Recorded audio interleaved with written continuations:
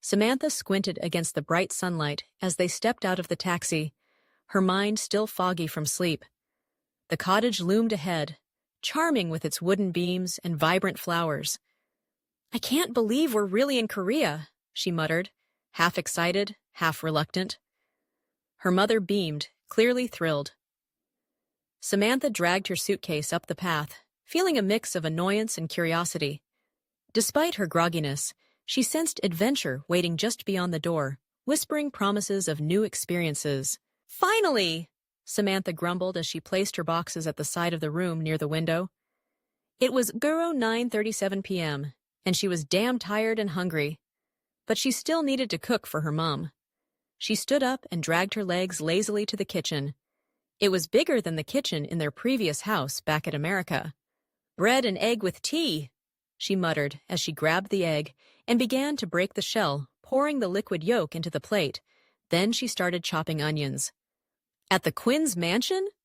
Brian dipped his two hands into his pocket as he walked into his room and closed the door. Immediately he entered, he almost jumped when he saw his younger brother Nathan, who was just 3 years old, holding a teddy bear. "You fucking creeped me out, and I have warned you a lot of times to stay away from my room." Brian glared at Nathan while Nathan made a puppy eyes. "Okay, what did you do this time, because I know that face?" Brian added with a scoff. "This balloon, it refused to come out." Nathan made a puppy face, and Brian raised an eyebrow in confusion. "Balloon? Where?" Brian asked. "You will know very soon when you look at my boy's leg. Brian, you're a dead meat." Brian heard his mom's voice and turned to find her leaning next to his large wardrobe, shooting daggers at him. Brian looked at his little brother's leg to see condoms. Nathan fucking wore condoms like socks at his two small legs. "Oh, no?"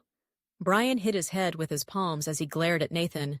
He had warned Nathan a lot of times not to barge into his room and touch his things. Now little Nathan has searched his wardrobes and found it. Mom. Brian muttered nervously and dashed out of the room while his mom ran after him, but stopped when she got tired. "Can't you keep yourself for your future wife?" Mrs. Quinn glared at him. "But Mom, I'm not a girl," Brian grumbled, and Mrs. Quinn's glare increased, 100 folds more than that. Mrs. Quinn removed her flip-flops and threw it at Brian, who dodged it, but two incidents happened. The flip-flop ended up breaking the TV screen, and Brian's necklace ended up falling down and breaking into two. "This is all your fault! Jack! Jack!" Mrs. Quinn yelled, and a guy ran in. "Get a new TV and replace it," Mrs. Quinn ordered, and removed the condoms from Nathan's legs before taking him back to his room. Brian picked the necklace. It was a picture of little Samantha smiling happily. He caressed her face before deeping it into his pocket before walking out of the mansion.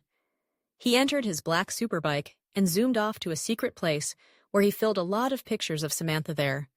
Samantha finished buying some foodstuffs for the next day and was walking along the road by exact 10:12 p.m.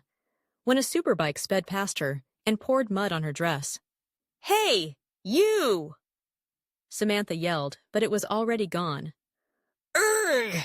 She stared at her soaked gown in anger. "That idiot!" She glared at the empty space he took.